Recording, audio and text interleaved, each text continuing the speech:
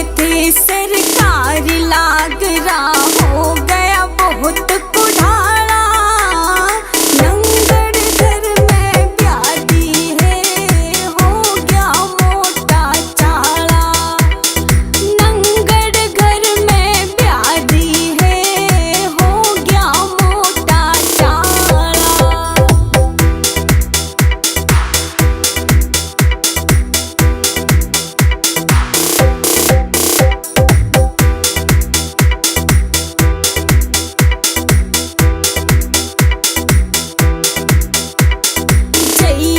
नासिब चोले का घर का कीमत जिसने मारी।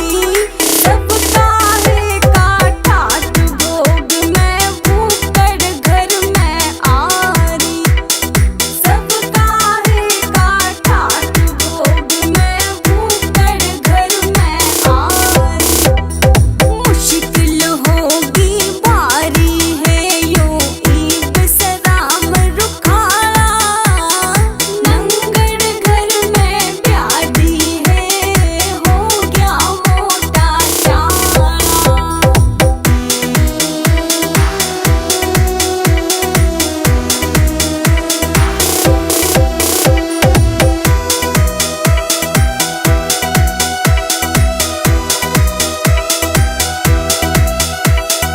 काम करे ना दाम करे घर में पड़ रहे सठाली।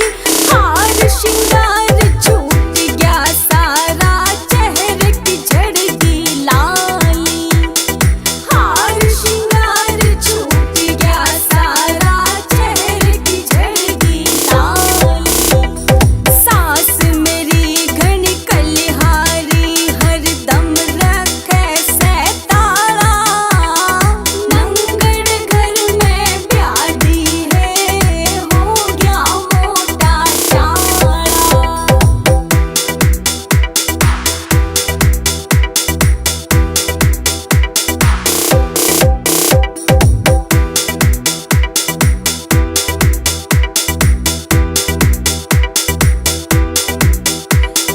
सास ननद जे